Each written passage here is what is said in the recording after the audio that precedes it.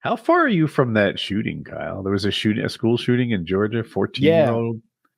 Couldn't be an hour away, probably. Okay. I think that's sort of northeast of me, up in the near the mountains, or near. Is the shooter alive? Yeah, 14 years old. They're trying him as an adult. Yep. I know how distasteful this sort of thing is, but as a person who was really stupid at 14, I generally don't approve of them being tried as adults. I mean, if you shoot people up, that person can't be allowed in society anymore. Ever? 100% never. No, you cannot be a part of society. So. I grade a lot of things through this lens too. Like you do a really bad act at 14 or 16, and I just know how different a person I was at 20 than I was at even 17. And I'm I extend that same grace to other people. But none of us ever would have killed people. I have never been charged with killing anyone. That's never been charged with killing. But at 14, you might have lashed out. At 14 you could have. I don't know. 14 is so. I'm trying to remember 14. What grade is that? 8. You finished ninth in it. It's ninth grade, I think. So. Ooh, man, ninth grade me was I don't know if not a bright guy, right? Bad decision maker. Not a bright guy, probably. Bad decision maker, really emotionally driven. I could be, the problem here is that when he's 20, he's 14 now. When he's 20, he's not going to be a normal 20-year-old either. He's going to be someone who's been in the system. He's already not a normal 14-year-old. He just killed a bunch of people. But he's not going to become he's not going to grow out of whatever this is in the system. Is the problem. So I don't know. Woody might be right. Maybe what do you kill this kid? I might be wrong. Do we house him for the next 80 years? We lock him up, or we just try him as an adult because he just killed a lot of people. And so the answer is yes. We house him for the next 80 years and keep him under. I tell you what we cannot do is we cannot put him in a class led by some social worker and then put him out alongside normal people. We can't do that. Maybe I think it's a case-by-case basis. Look, in this case, in this situation, looking at the victims, it looks like he just went on a spree. It looks like he was just hurting people. He wasn't picking his victims, you think? I don't know. They all seem so different. A black kid, white kid, lady teacher, male teacher. It's not like he. That to me says a little bit of something, but I don't know. I draw the same conclusion. I didn't know that.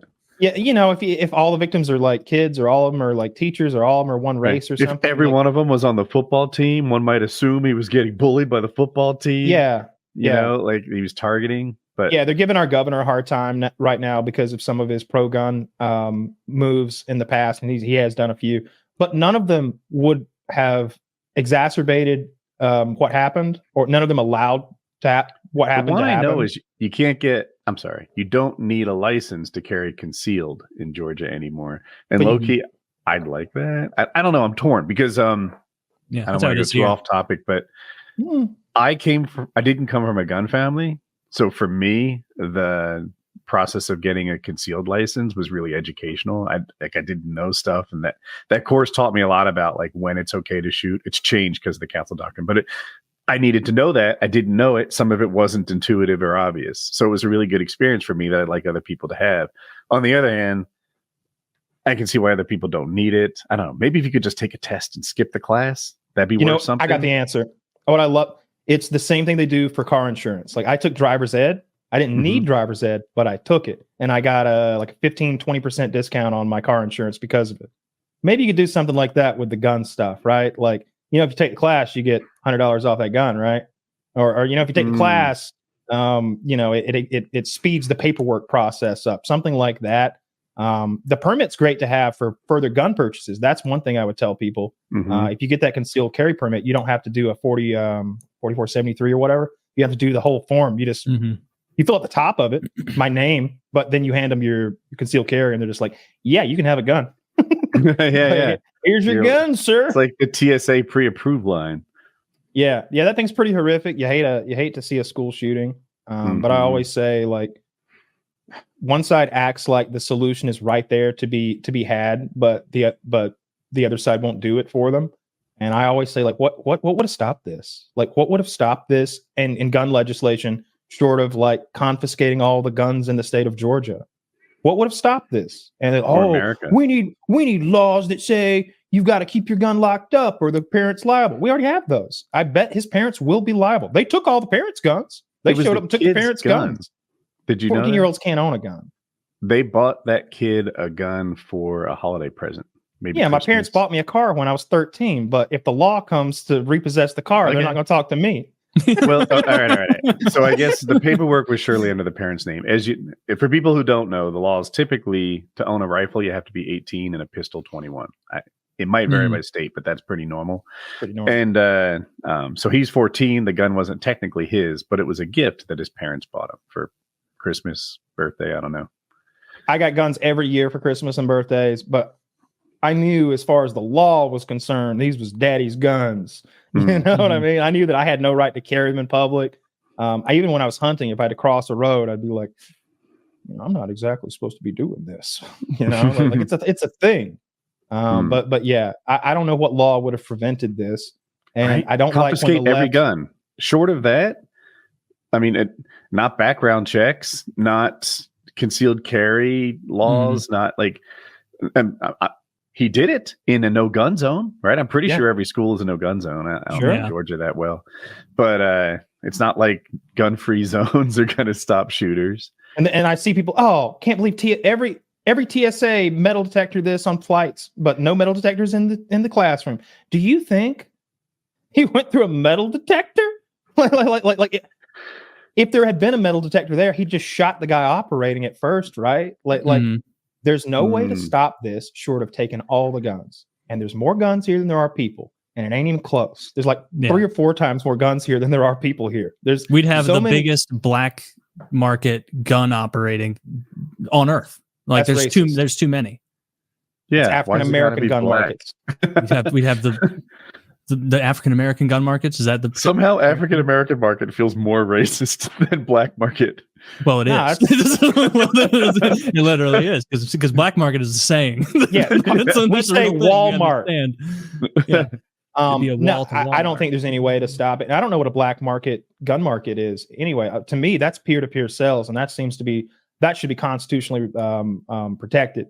I don't like the fucking gun registration stuff. I feel like that's absurd. I feel like it's an overreach. It's from 1984. I don't like the idea of a big list of everybody who has one and what they have. And I don't like the idea that I can't sell, not me in particular, because I'm a fucking felon, but I don't like the idea that a normal law-abiding son of a bitch can't sell his brother a shotgun without getting Big Brother involved. Like I can't sell my actual blood brother a gun without getting Big Brother government involved to be our intermediary.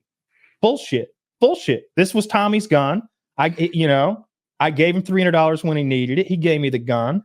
Now he's got $300 again. I'm giving it back to him. God damn it. And I don't need you taking $10 and making a check mark on a list every time me and my buddies like decide to swap rifles or shotguns. And if you're not part of like gun culture, you might think of guns as like, I don't know, like, yeah, we have that one. Of course, we don't have 40. Of course, we never trade our one for, maybe we think of like a TV set, like why do you have so many? I've got a TV set. I don't have 50 of them. I don't obsess over TV sets. I don't go to TV set meets. It's different. It's guns. It's a whole culture. It's a whole thing. And like the more the merrier, and people like all the varieties, and people swap and sell them all the time. I have bought so many guns in parking lots and sold guns in parking lots of gas stations and liquor stores and gun stores. I'd be at the gun store, meet a fellow gun lover. He'd mention that he's trying to sell his SIG, and I'd be like, what are they trying to give you? They said 400s. I'll give you 500 right now. Let's go to the bank. Like, you know what I mean? Like I did that so many times. And vice versa. If I had some piece of shit I didn't want anymore, like, you want this little Mac 10? This piece of shit? Yeah, $80. I can take it off my hands. $80. Take it I'll give you $81 right now. Oh, we got a regular bidding war in the parking lot. Go to the bank. Yeah, I agree with you on the gun stuff. Yeah, I know I'm kind of the Democrat on the show, but I'm as pro-gun as Kyle is, actually. And I disagree with one word of that.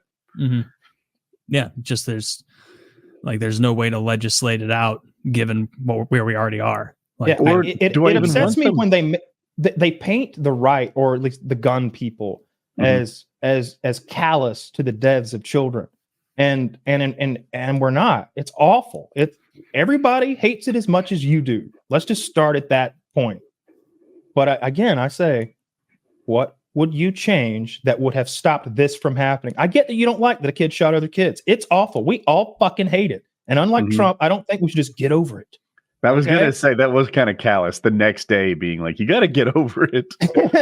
These happen all the time. Like, comes out, your team loses. Like it's a lot of games in the season. Like no, children are fucking dead. These parents lives are crushed. They're ruined.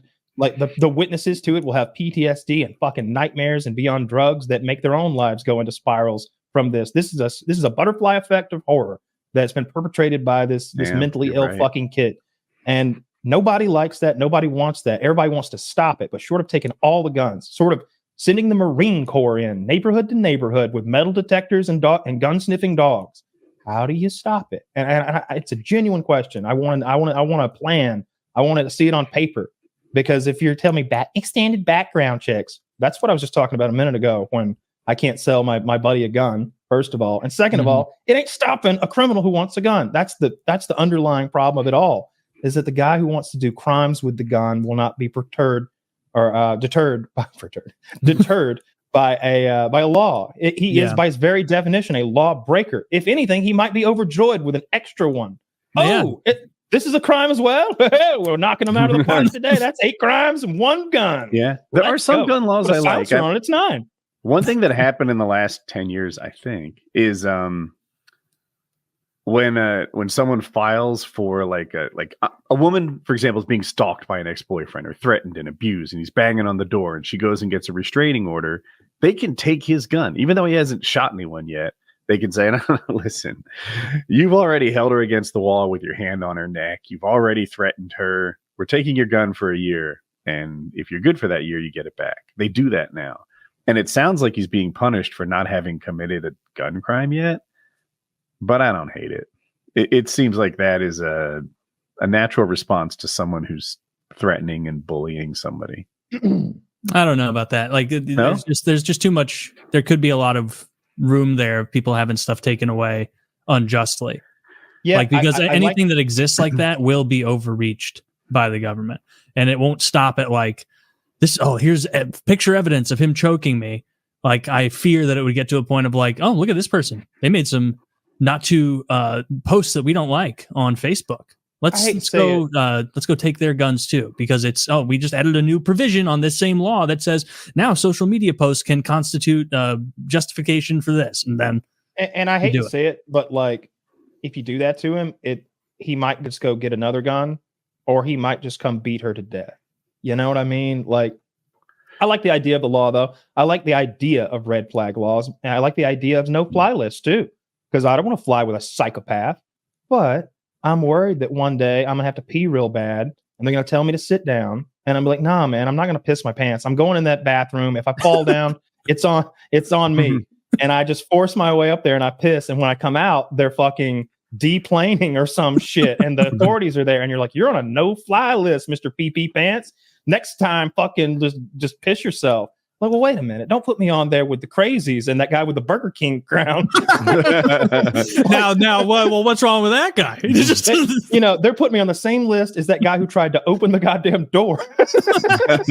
Okay, yeah, those guys. If you try to open the door mid-flight, you can't. Did he open the door? Yeah. I think no, did he get it open or did he just try I think he got it partially open to the point where they were depressurizing the cabin. I think it like has multiple stages where first it like goes out and then maybe it does another thing and then it slides. Dude, not to Mark Wahlberg this, but if I were in that exit row, that's not wouldn't happening. Have went down like that. I'm shutting it right down. That's what he said. He said wouldn't have went down like that. That's all I'm saying.